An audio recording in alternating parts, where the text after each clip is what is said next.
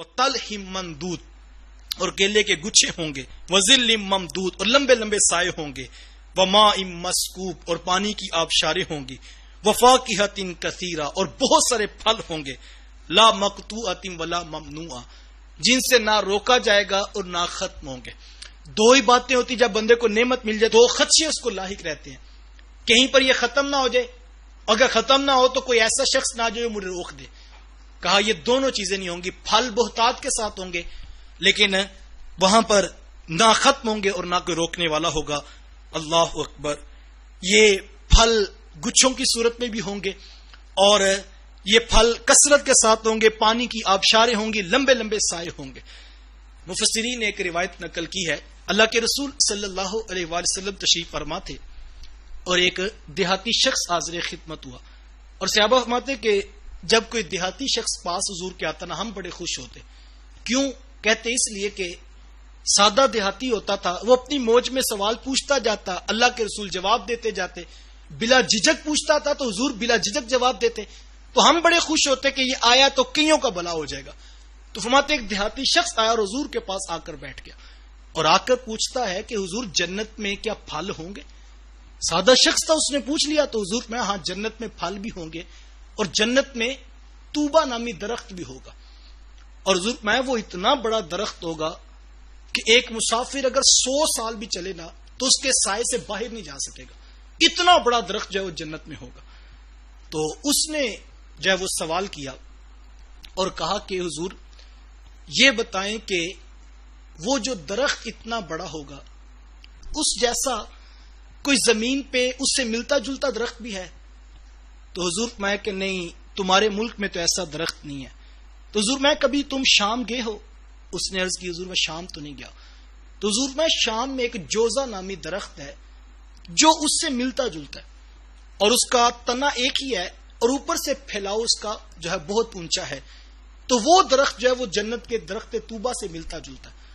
اس نے کہا حضور وہ جو درخت اتنا بڑا ہے اس کا تنا کتنا موٹا ہوگا؟ سادہ شخص کا سوال پوچھ رہا تھا۔ تو حضور فرمایا کہ یہ تم ایسے سمجھ لو کہ اگر تم ایک جوان اونٹ لو اور وہ اونٹ چلنا شروع کرے یہاں تک کہ بوڑھا ہو کے گر جائے تو حضور میں اس کے تنے کو کاٹ نہیں سکتا، اتنا بڑا اس کا تنا ہوگا۔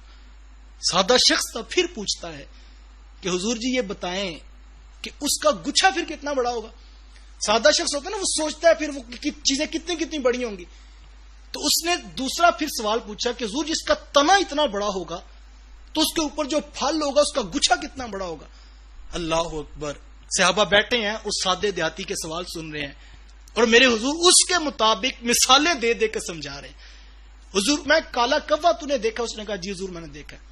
حضور میں 1 مہینے تک وہ کوا اڑے نا تو جتنا فاصلہ طے کرے گا نا اتنا اس کا ایک گچھا ہوگا۔ اس کے ذہن میں پھر کوئی بات آئی تو کہنے لگے کہ حضور کیا جنت میں انگور بھی ہوں گے؟ کہاں درخت سے بات چلی، گچھوں کا سائز اس نے اندازہ لگایا اور حضور اس کے مطابق، اس کی عقل کے مطابق جو باتیں وہ جانتا تھا اس کے مطابق جواب دیے۔ پھر اس نے پوچھا حضور کیا جنت میں انگور ہوں گے؟ حضور میں ہاں انگور بھی ہوں گے۔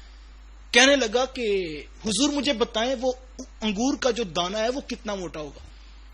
تو حضور میں کیا کبھی زندگی میں ایسا ہوا ہے کہ تیرے باپ نے بکریوں کے ریوڑ سے ایک موٹا تازہ بکرا لیا ہو اور اس کو ذبح کیا ہو اور پھر اس کی کھال تیری ماں کو دی ہو کہ اس کا ڈول بنا لو؟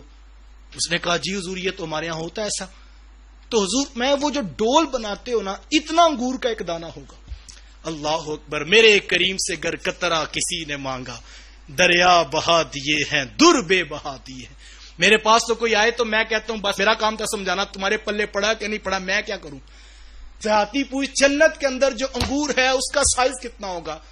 میرے حضور کتنی پیاری مثال جو اس کی ذہن میں تھی، جو اس کا تجربہ تھا۔ حضور میں وہ جو تیری ماں نے ڈول بنایا تھا نا انگور کا ایک دانہ اتنا موٹا ہوگا۔ تو اس کو بات سمجھ آ گئی اب، تو اس نے پتا پھر کیا کہا؟ اس نے کہا حضور پھر تو میرے لیے اور میرے بچوں کے لیے ایک دانے کافی ہوگا۔ تو حضور میں صرف تیرے بچوں کے لیے، تیرا پورا خاندان بھی کھائے تو یہ ایک دانہ ہی بڑا ہوگا۔ اللہ اکبر۔ میرے کریم سے گر قطرہ کسی نے مانگا، دریا بہا دیے ہیں در بے بہا دیے ہیں۔ بلکہ مجلس رسول لگی تھی، ایک دیہاتی شخص آیا تو جنت کا تذکرہ شاید چل رہا تھا، تو اس نے اپنے مطابق پوچھ لیا، عرض کی کہ حضور مجھے یہ بتائیں کہ کیا جنت میں گھوڑا بھی ہوگا؟ تو وہ صحابی کہتے ہیں کہ مجھے گھوڑے بڑے پسند تھے، تو میں نے پوچھا کہ حضور کیا جنت میں گھوڑا ہوگا؟ حضور میں ہاں جنت میں اگر تو جنت میں چلا گیا نا تو اللہ تجھے یاقوت کا گھوڑا عطا کرے گا جس کے 2 پر ہوں گے، اور حضور میں جہاں تو جانا چاہے گا وہ تجھے اڑا کے پہنچا دے گا۔ اسی مجلس میں بیٹھے ایک اور شخص تھا، اس نے اپنے ذوق کی بات پوچھ لی اور کہا حضور کیا جنت میں اونٹ بھی ہوگا؟ تو حضور نے پھر سارے امتیوں کے لیے جواب دے دیا، حضور میں جس کو جو پسند ہوگا وہ جنت میں اس کو ضرور دیا جائے گا، اور یہ وہ نعمتیں ہیں جو رب جنتوں میں عطا